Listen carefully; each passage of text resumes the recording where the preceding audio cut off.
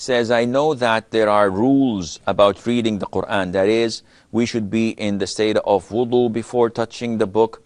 How does this rule apply to electronic devices? I usually read the Quran on my phone or laptop. Also, should we be in wudu if we only recite from memory, not touching or reading? I'll begin with your second question.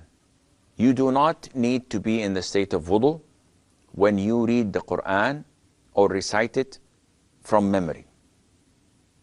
And a lot of the sisters, especially from the subcontinent, they come and say, when we recite the Quran, do we have to wear our hijab?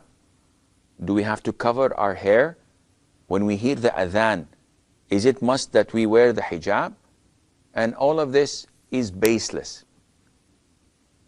These are baseless things. You, in your house, are not obliged at all to cover your head when hearing the adhan or when reciting the Quran at all. So this is baseless. One would say, oh, it's best that I do it. No, it's not. Because now you're innovating. Now you're bringing something to the deen that is not part of it. As for reciting the Quran and touching the PDAs or the mobile phones or the laptops to read the Quran from it, you do not require wudu for that. Why? Because these characters, these letters, these words, they are digital. So once you turn them off, they're gone. They are not like the actual Quran which is written on paper. And this requires wudu. And this is what the scholars say. Of course, if you perform wudu, would I be rewarded? Definitely.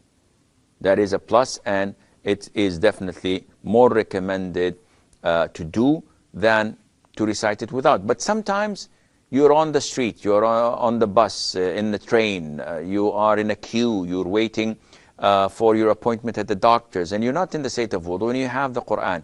So instead of reading a magazine or chit-chatting or watching the TV in the waiting room, you do something useful and you recite the Quran from your electronic device without the need of making wudu, and Allah Azza wa Jal knows best.